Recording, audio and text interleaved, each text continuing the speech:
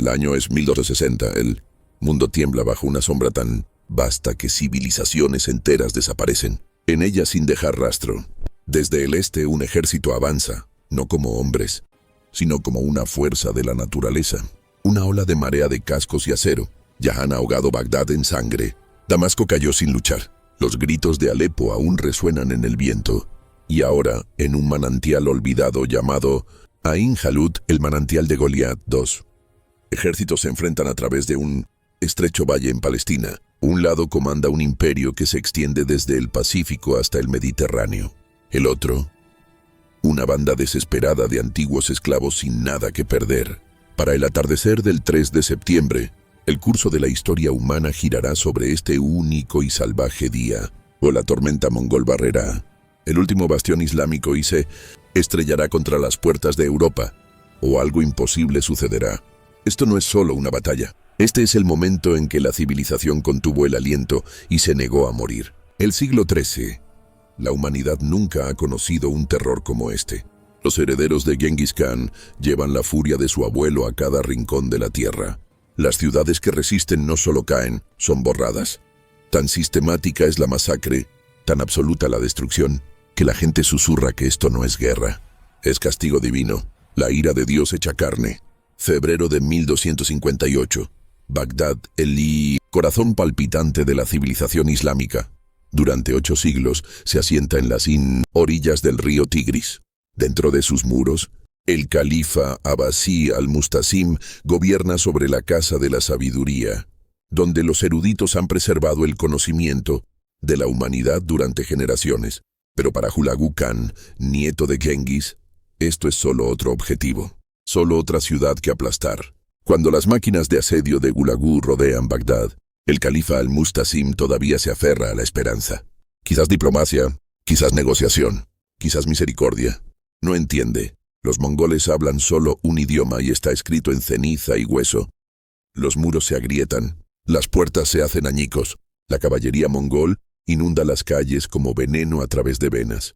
Lo que sigue es genocidio, sin distinción entre soldado y niño, erudito y mendigo.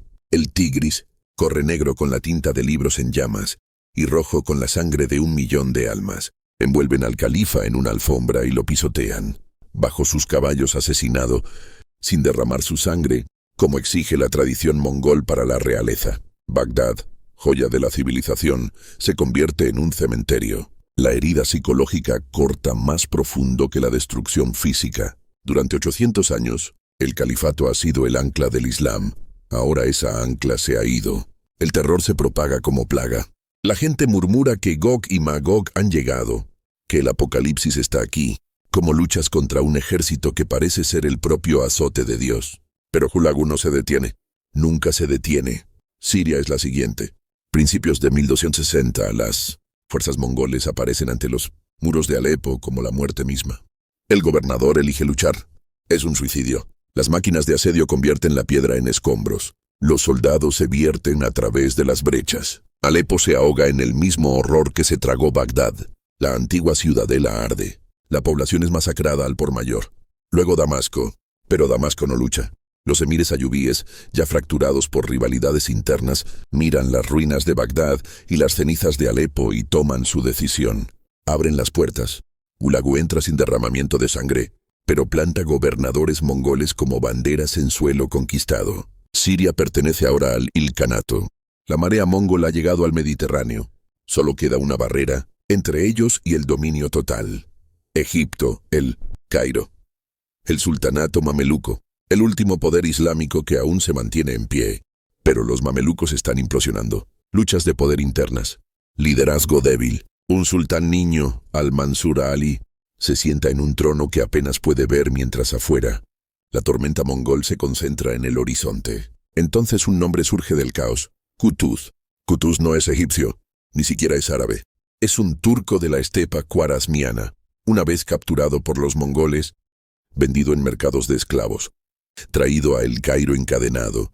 Los mamelucos tienen un sistema extraño. Compran niños jóvenes de las estepas y el Cáucaso. Los entrenan brutalmente en guerra. Equitación, arquería, ley islámica, árabe. Cuando estos niños llegan a la mayoría de edad, son liberados, ya no esclavos. sino los guerreros de élite del imperio, una casta militar profesional forjada en disciplina y fuego. Qutuz ascendió a través de este sistema. En 1259, observando al joven sultán al-Mansur, Ali torpedear las riendas del poder mientras los mongoles afilaban sus espadas. Qutuz hace su movimiento. Toma el trono en un golpe de estado. Pero esto no se trata de ambición. Esto se trata de supervivencia. No puedes gobernar un estado con un niño mientras el enemigo acampa en tu puerta, le dice a la corte. Y toma la corona. Su primer problema: los emires mamelucos se odian entre sí. El más poderoso entre ellos, Baibars, tiene historia con Qutuz. Mala historia.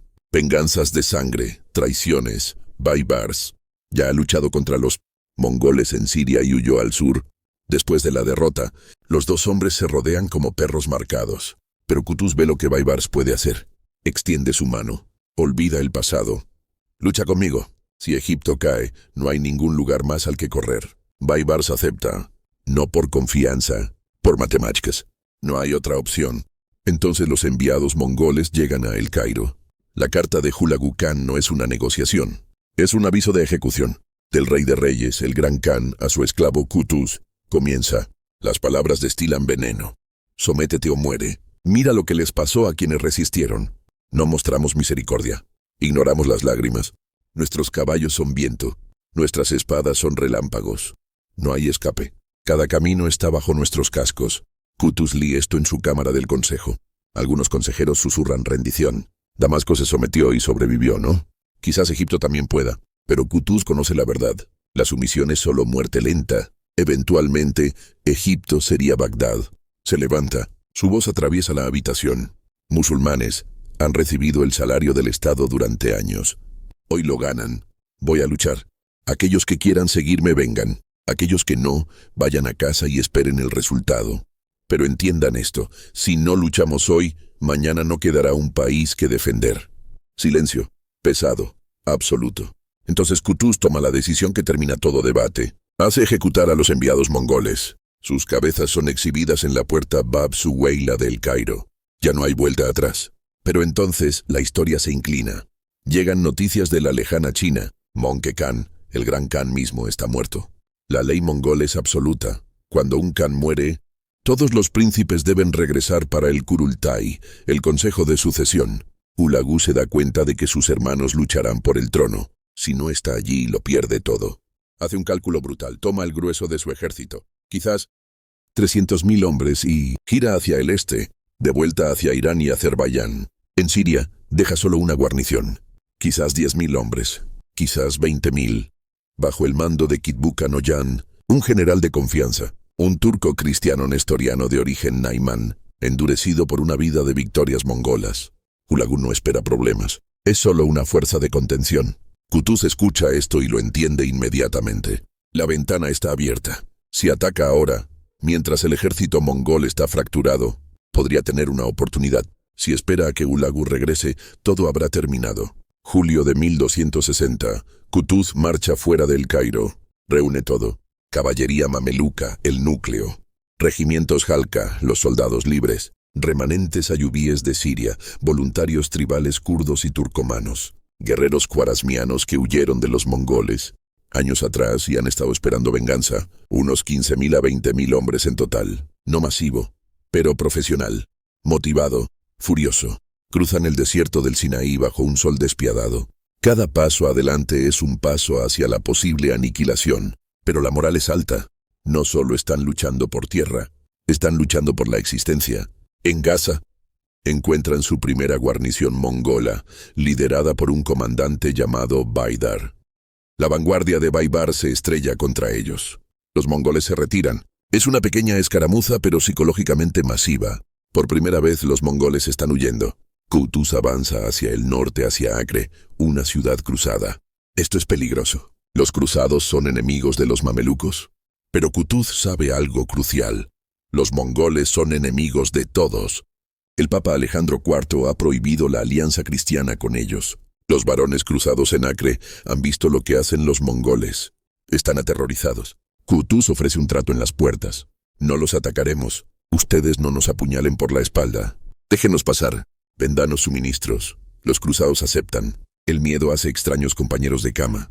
Si los mongoles toman Egipto, Acre es la siguiente. El ejército mameluco descansa brevemente en Acre. Las armas son afiladas. Los caballos son abrevados y alimentados. Luego marchan al noreste hacia Galilea, hacia el valle de Jezreel, hacia un lugar llamado Ain Jalut, el manantial de Goliat, tierra antigua, tierra estratégica, fuentes de agua, pasos de valle, terreno plano adecuado para la guerra de caballería. Aquí es donde sucederá. Kitbuka Noyan se entera de que el ejército mameluco viene. Debe estar sorprendido. Egipcios atacando en lugar de acobardarse. Audaz, tonto tal vez, pero audaz. Kitbuka es un veterano. Ha luchado a través de continentes. Ha visto ejércitos desmoronarse. Ahora aplastará este también. Reúne sus fuerzas, caballería mongola, contingentes aliados armenios y georgianos, algunas unidades sirias ayubíes, unos 10.000 a 15.000 en total, ligeramente menos que los mamelucos. Pero Kitbuka no se preocupa. Los mongoles siempre ganan, incluso en inferioridad numérica, velocidad, maniobra, arquería a caballo, terror psicológico. Estas son armas mongolas. 3 de septiembre de 1260, el amanecer rompe sobre las colinas de Galilea. El cielo está despejado. El aire está caliente. 2 ejércitos están de pie en el valle de Ain Jalut, al norte Monte Moré, al sur las montañas de Gilboa. El terreno crea un corredor relativamente estrecho limitando los amplios espacios abiertos donde domina la caballería mongola. Qutuz posiciona su ejército dentro del valle, pero su estrategia no es defensa estática, es dinámica, es engañosa. Baibars comanda la vanguardia, empujando hacia adelante. El resto de la fuerza mameluca se oculta en las colinas y áreas boscosas al sur. Algunos historiadores llaman a esto una emboscada preplaneada. Los académicos modernos sugieren que es más una adaptación táctica sobre la marcha. De cualquier manera, el plan es simple: atraer a los mongoles a una trampa. Temprano en la mañana, las unidades de Baibars avanzan hacia las líneas mongolas. Comienza la escaramuza, vuelan flechas, choca la caballería. Entonces, de repente, Baibars ordena una retirada. Sus tropas giran y huyen. ¿Qué piensan los mongoles? Están en pánico. Se están rompiendo. Kitbuka da la orden: persecución total. La caballería mongola carga hacia adelante, persiguiendo las fuerzas de Baibars. Pero esta es una táctica clásica de la estepa, la retirada fingida, usada por guerreros nómadas durante siglos. Agotar al enemigo, romper su formación, luego girar y atacar. Los mongoles siguen a Baibars más profundo en el valle, en la zona de muerte, y entonces la trampa se cierra de golpe. Desde las colinas, desde los árboles, las fuerzas mamelucos estallan desde ambos flancos, estrellándose contra la columna mongola desde 2 lados. Kitbuka se da cuenta demasiado tarde. Su ejército está rodeado, pero no hay retirada en el honor mongol. Él lucha. La batalla explota en caos. La caballería mongola gira desesperadamente, tratando de responder a los ataques desde todas direcciones. Las flechas gritan a través del aire como avispas. Chocan espadas. Los caballos colisionan, chillando. Sangre, sudor, polvo. El campo de batalla se convierte en infierno. Los mongoles luchan con ferocidad aterradora. El flanco izquierdo mameluco comienza a ceder bajo la presión. Algunos soldados entran en pánico y huyen. El equilibrio de la batalla se tambalea al filo de un cuchillo. Y entonces el sultán Qutuz hace algo que resonará a través de la historia. Arranca su casco de su cabeza, lo arroja al suelo, muestra su rostro a sus tropas, y ruge con todo en sus pulmones: ¡Wa Islama! ¡Wa Islama! ¡Oh Islam! ¡Oh Islam! Luego espolea su caballo hacia adelante, directamente, hacia la parte más espesa de la lucha, espada desenvainada, cargando hacia la muerte. Un sultán, no sentado a salvo en un trono dando órdenes, sino lanzándose directamente a la matanza. El efecto es eléctrico. Los soldados mamelucos ven a su líder enfrentando la muerte, y algo se abre dentro de ellos. Si nuestro sultán está en la puerta de la muerte, ¿cómo podemos huir? Las unidades de reserva se inundan en la lucha. Los guerreros encuentran fuerza que no sabían que tenían. Este es el punto de pivote. Los mongoles, enfrentando tropas frescas y rodeados por todos lados, comienzan a desmoronarse. Agotamiento, sed, el terror del cerco. Su disciplina se fractura. La línea colapsa. Kitbuka todavía lucha, gritando a sus comandantes, tratando de reunir a sus hombres. Pero es demasiado tarde. La formación mongola se hace añicos. Los soldados se rompen y corren hacia el este, hacia Beisan. Pero la caballería mameluca no los deja escapar. La persecución es despiadada. Los soldados que huyen son cazados uno por uno. Algunos son asesinados por aldeanos locales. La batalla no termina en Ain Jalut. La persecución continúa hasta Beisan, donde estalla un segundo enfrentamiento. Kitbuka lucha hasta el último. Cuando su caballo recibe un disparo debajo de él, es capturado. Atado, es arrastrado ante el sultán Kutuz. No muestra remordimiento, solo desafío. No te regocijes por mi muerte. Cuando Hulagu Khan escuche esta noticia, la ira lo consumirá. La tierra desde Azerbaiyán hasta las puertas de Egipto temblará bajo los cascos mongoles. Kutuz escucha en silencio. Luego da la orden. Kitbuka es decapitado. Cuando el polvo se asienta, el ejército mongol está casi aniquilado. Las estimaciones sugieren de 10,000 a 12,000 tropas mongolas y aliadas muertas. Pocos escapan. Los mamelucos también han sufrido grandes pérdidas, quizás 2,000 a 4,000 bajas, pero han ganado. Y esta victoria es más que táctica. Esta es la primera derrota permanente e irreversible que el imperio mongol ha sufrido jamás. Las noticias se propagan como reguero de pólvora. Los gobernadores mongoles en Damasco escuchan el informe y huyen hacia el este. Lo mismo en Alepo. El sultán Kutuz entra en Damasco como un héroe conquistador. Las multitudes inundan las calles. El sultán que derrotó a los mongoles, gritan. Las ciudades sirias una por una aceptan la autoridad mameluca. Egipto y Siria se unen bajo una sola bandera. Pero el triunfo de Kutuz es de corta duración. Octubre de 1260. En el camino de regreso a El Cairo, cerca de Salihía, mientras caza, Kutuz es emboscado. Baibars y otros emires lo asesinan. El motivo exacto permanece turbio. Algunas fuentes dicen que Baibars exigió ser gobernador de Alepo y Kutuz se negó. Otros apuntan a viejas venganzas de sangre. De cualquier manera, Kutuz es asesinado. Baibars toma el trono. Baibars fortalecerá aún más el sultanato mameluco. Destruirá sistemáticamente los estados cruzados. Fortificará las defensas contra los mongoles. El sultanato mameluco perdurará. Durante 250 años después de 1200, el Cairo se convierte en el nuevo centro del mundo islámico. El califato abasí se restablece simbólicamente allí. Ciencia, arte, arquitectura, todo florece de nuevo en el Cairo. Las consecuencias a largo plazo de Ain Jalut remodelan el mundo. Los mongoles nunca más cruzan permanentemente al oeste del río Éufrates. Lo intentarán en 1281 y 1303 y fracasarán cada vez. La ola de expansión hacia el oeste del imperio mongol termina en Ain Jalut. ¿Qué pasaría si los mongoles hubieran ganado ese día? Egipto habría caído. África del Norte se habría convertido en territorio mongol. Quizás habrían lanzado expediciones a Europa a través de Sicilia o España. Europa en 1260 está destrozada por guerras internas y plagas, incapaz de defensa unificada. Los mongoles podrían haber tragado Europa entera, pero Ain Jalut detuvo ese escenario en seco. Así que esta batalla no solo salvó al mundo islámico, también protegió indirectamente a la Europa cristiana. Los historiadores interpretan Ain Jalut de manera diferente dependiendo de su perspectiva. Las fuentes mamelucos lo enmarcan como intervención divina y yihad. Las crónicas escritas durante el reinado de Baibars minimizan el papel de Kutuz y exageran el de Baibars. Los historiadores posteriores ofrecen relatos más equilibrados. Al-Makrizi, escribiendo en el siglo XV, elogia el grito Wa Islama de Kutuz y su liderazgo. Los historiadores mongoles intentan explicar la derrota. Rashid ad-Din, escribiendo para la corte del Ilkhanato, culpa a la impetuosidad de Kitbuka y señala que el ejército era demasiado pequeño, llamándolo un accidente desafortunado en ausencia de Hulagu. Los historiadores modernos lo analizan de manera más clínica. Reuben Amitai Price cuestiona la narrativa clásica de emboscada, sugiriendo que la supuesta trampa preplaneada de los mamelucos podría ser mitificación posterior, que en realidad ambos ejércitos se encontraron en el campo y los mamelucos ganaron ventaja a través de flexibilidad táctica. John Mason Smith argumenta que los mamelucos tenían superioridad numérica, mientras que los soldados mongoles tenían mejor entrenamiento individual y calidad de caballos, haciéndola una victoria de resistencia y números. Militarmente, Ain Jalut demuestra algo crítico. Las tácticas mongolas pueden ser aprendidas y contrarrestadas.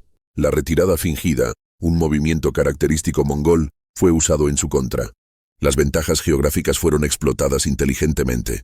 Más importante aún, la guerra psicológica fue ganada. El aura de invencibilidad de los mongoles se hizo añicos. Luchar contra ellos ya no parecía imposible. Hoy, el campo de batalla se conserva como Parque Nacional Ein Harod dentro de Israel. Los visitantes todavía pueden beber del manantial. El suelo no lleva cicatrices visibles de hace 760 años, pero la memoria vive. Porque esto no es solo un campo de batalla. Aquí es donde la corriente de la historia cambió, donde los destinos de las civilizaciones fueron decididos. Mirando hacia atrás, entendemos cuán crucial fue Ain Jalut para la historia mundial. Si los mamelucos hubieran perdido ese día, el mapa del Medio Oriente sería irreconocible. Quizás el Imperio Otomano nunca habría surgido. El desarrollo de Europa habría divergido. El Renacimiento podría no haber sucedido nunca. El centro del Islam podría no ser el Cairo, o podría no existir en absoluto.